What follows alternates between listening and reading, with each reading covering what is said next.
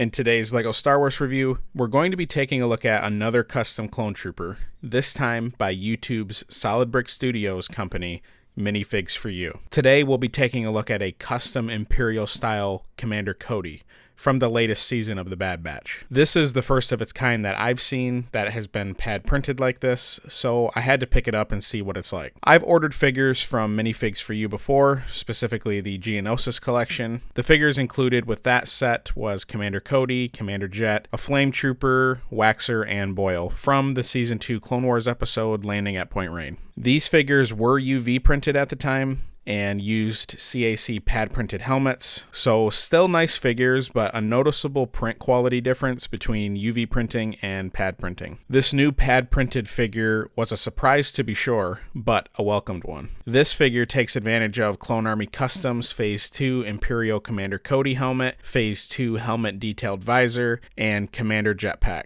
The rest of this figure though is 100% Minifigs4u. One thing I will just address right away, the quality of the pad print is odd. As you can see, mostly on the shoulders of this figure, the print looks a little messy or a bit blotchy. It looks like when it was printed, there was maybe too much ink applied at one time.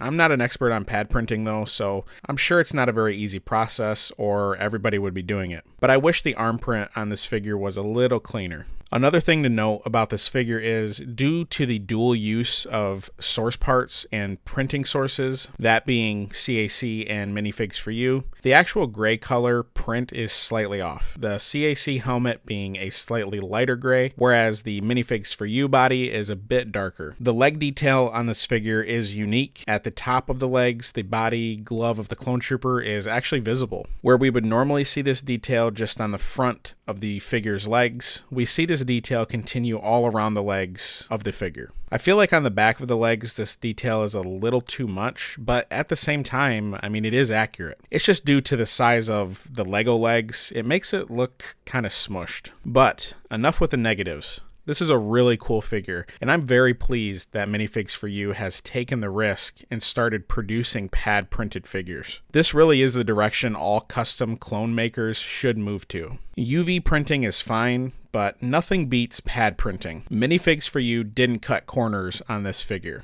The amount of detail is great, and the attention to the small details is also great. This figure features 360-degree leg printing, meaning the detail wraps around the entire leg. The arms do not have 360-degree arm printing, but honestly, I'm fine with that. I personally don't care if a figure has 360 arm printing. Yeah, it's nice, but if a print is simple yet effective, 360 arm printing isn't always necessary in my opinion. The body print design is very cool. The body print is actually rounded, making it look more like the actual character than just the Lego version of the character. That detail may or may not be your cup of tea, but it's unique, and I think it's a nice inclusion. The chest and torso markings on Cody are accurate, and they look great. The design is also based on the Clone Wars / Bad Batch style of Cody. Sometimes we see a hybrid version of a torso or a realistic version of a torso from other companies, but this stayed true to the source material. Now, one of the coolest parts of this figure is the custom printed headpiece. Not only is the face pretty similar to what we've been seeing on clone troopers since 2020 from Lego, it is printed on this nougat color headpiece as well. This better matches the clone trooper's skin tone in universe, but it also makes this figure fit in a little bit better with the other clone troopers you may have been collecting so far.